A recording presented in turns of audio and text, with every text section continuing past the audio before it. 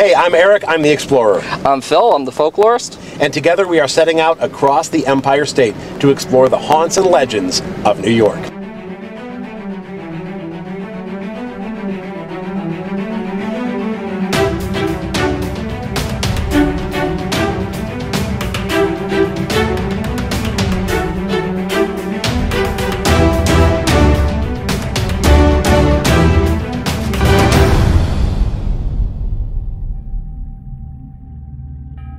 Towering over Main Street, just south of downtown Oneida, looms Farnam Mansion. The stately home is the residence of not only its human occupants, but reportedly many spirits as well. Come inside what might be the most haunted house in New York with the Haunts and Legends crew. So, Phil, we are taking a trip to what I think is one of New York's most haunted houses. We're heading out to Oneida. Where are we going? This is one of my favorite places to be. We've been here like a dozen times or more. It is the Farnam Mansion. Now, the folklore actually, just the sort of rumors that it was haunted until the new owners took over and actually brought it all to light. And since then, it has become one of our area's most haunted, renowned hauntings, like haunted mansions in our area. Let's head to Oneida and go inside the haunted Farnam Mansion. Well, Brian, thank you for letting us into this gorgeous house, this Farnam Mansion, and give me a brief history, if you would, of this house. The house was built by circa 1852, 62, sorry, mine's going a little. It was built for Stephen H. Farnam, or as he was referred to over at PX Box on an investigation, Stefan. Don't want to get him upset. He was a prominent businessman in the area. He was president of the National Bank of Oneida up until the day he died. He also had a hardware store in downtown Oneida that him and his sons ran. He was on the board of directors for the Oneida Gaslight Company. So this house was probably one of the first houses in Oneida to have gas lighting. And he was also on the board of directors for the Glenwood Cemetery, which is just down the road. It's a beautiful cemetery that they... And he, as well as 4 other members of his family, all died in the house as well. He died of complications of a stroke, I believe, up in his bedroom. He had, from what the article in the newspaper said, he had just sat down and had dinner with the family. It was the first time he'd been up in a couple of weeks because he had been ill. And he went back up to his room, laid down, and poof, gone. His wife, his first wife, also died in the house, and her name was Elizabeth. And his one son, Frederick, he died in the house. He died of tuberculosis. And his sister, Sarah, who she died of a year after him of dysentery.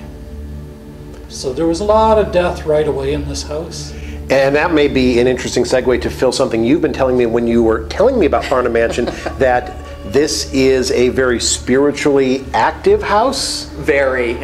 We've been here a dozen times at least, and there's all, from the very first time we set foot in here to investigate, we got shadow movement, we had the lights flickering, we had voices coming from the upper floors. And the next time we investigated, more noises, more voices, and my friend here, the cat, that just randomly appeared. We had one of our friends with us, Jeff Storm, who was doing an audio documentary at the time, who was along for the ride on that one, and he's like, oh, there was something going on. He follows, I was like, do you hear that? Yeah, I hear that. We head up to the stairs, and then everybody's like, oh, we're gonna check this out. Not sensing anything. I opened up the door, it's like, nothing there. I look to say something to our investigator, and immediately there's a look back, and there's a cat less than a foot away, just a white cat just sitting there, and all of a sudden, jump back, and it was gone. But you don't own you don't have a cat. We have a cat, but not that one. Not that one. It's a Siamese cat. well, Brian, with hearing Phil tell his stories from his investigations, as someone who lives in the house, do you have similar experiences? I've had lots of visits from the cat. I've seen it go scurrying across the bedroom, jump into the window, and then poof, gone. I've felt it jump up on the bed and do the old cat walk around in a circle to find a comfortable spot, and then felt it lay down. The cat takes different identities sometimes, because the one time I seen it, plain as day, I was upstairs working in one of the rooms, painting the one ceiling medallion. I looked down, and underneath my ladder is a Siamese cat. And I thought nothing of it at first, and I continued painting. I looked down, and the cat's still looking up at me. And I thought, wait a minute, how the heck did Aristide get up here? He should be locked in the basement, because that's where we kept him all the time. At the time, we were a bed and breakfast, and we didn't want him walking the main floors in case somebody was allergic to cat fur. So I'm yelling down to Jerry, my wife, is Aristide upstairs? Did he get out somehow? And she goes, I don't think so. She goes downstairs, the basement door's shut. She walks downstairs and goes into the room where he likes to sleep all the time, and there he is laying on the bed, sound asleep. Wasn't him.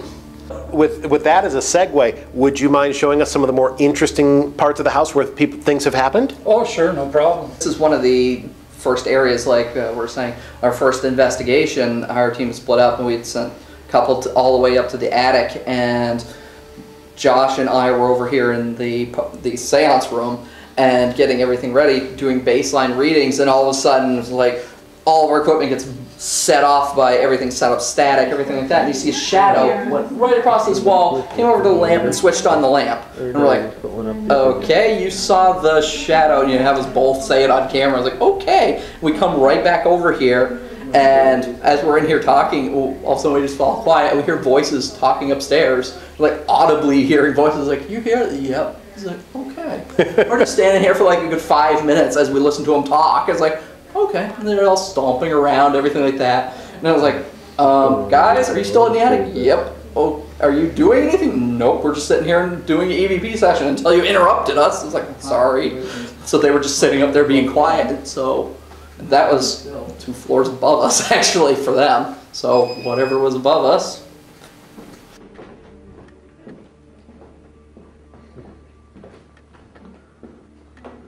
That light just came on. Yes, it did.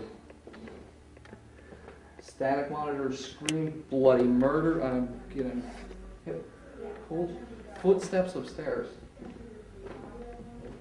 That light totally just came on by itself from the other room. What's your mind? Listen.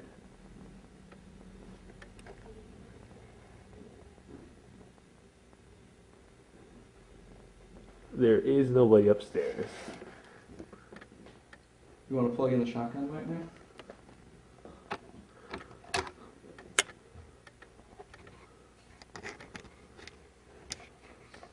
Let's see.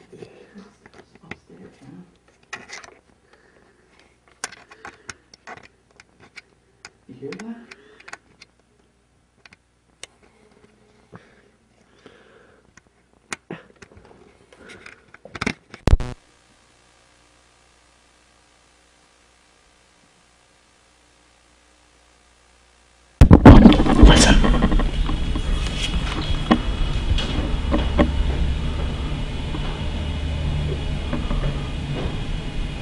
You hear the footsteps?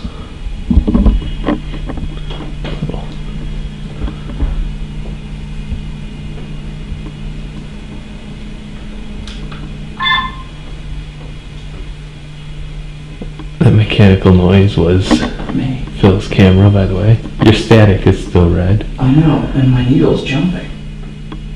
I think one time Philip was in here, he actually seen a man sitting in a chair in that corner. As you can see, there's no chair over in that corner. Yeah, no, it was me setting up a camera when I came in here and went to set it on the dash of there. But when I first came in the room, it was like there's someone sitting in the chair. I was like, then I got over here and I was like, oh, hell, there's no hello, there's no one here. It was one of those moments like, there's no chair here either, what the heck? A lot of people have seen shadow figures in this room, even me. So just last week, actually, up here with this room, we had some guests and they started getting cold spot. So we measured, it was a good almost 10 degrees difference, and it was right here on this couch. But it started as an energy field static about here, rising up in between two people. It was getting colder, and as we measured it, it actually rose up even higher, and the energy got stronger, and then it moved across over here by the windows and came down next to the bed, next to two other people, and it stayed there. It's this intense cold spot with high energy readings, and everybody's like, okay, can you show up? And they were taking photos, and they actually got orbs in those spots, and it's like, oh, that's really interesting, and I'm just like, yeah, that's really interesting, all right? Energy doesn't do that. Like, it's not supposed to just like move around. So it's like, whose ghost is that one? So what are some of the experiences you said in this room? This is the one where the girl had somebody whisper in her ear. Mm-hmm. It's over there. Meaning the cat. The trunk was right here. She had heard voices in the bathroom. People have seen shadows going, like shadow underneath the door, numerous times. Mm-hmm. One lady, she was in having a shower, and her doors were all steamed up because of how hot it was. Well, apparently somebody went into the bathroom with her who was cold enough that he unsteamed the doors of the shower. So.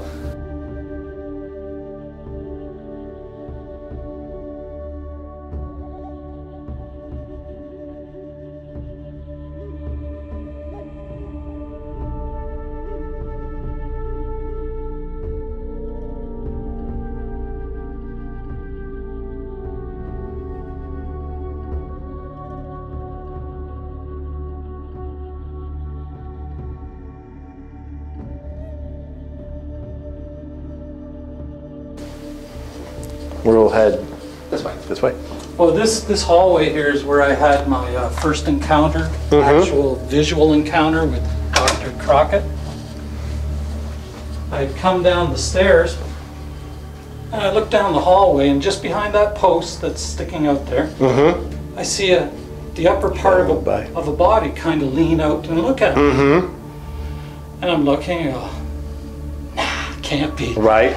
So 2 days later, Jerry found his obituary, and I see his picture, and I'm like, that's him! That's the guy I seen downstairs! Him getting to know the new owners of the house. Yeah.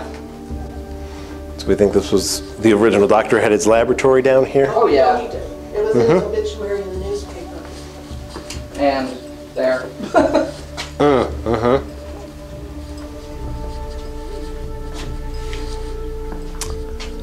Coffins. I was waiting on that. Just a coffin. It's a legit one. They used one. It was used to ship somebody Only back. used once, huh? Yeah, it was used to ship somebody back from Russia. Is that right?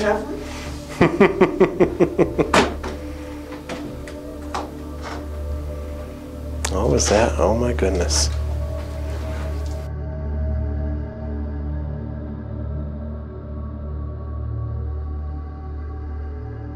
Well, Phil, we're back from the Farnam Mansion. What a fascinating story and house. I love the place. It's just so beautiful, and the stories and the activity that go on there is just unbelievable. Yeah, what fascinating rooms, fascinating stories, fascinating people, and what a great episode of Haunts and Legends. If you enjoy watching the Haunts and Legends, make sure you subscribe and give this video a thumbs up. And hit the comments below to let us know where else we should go. We'll see you next time on the Haunts and Legends of New York.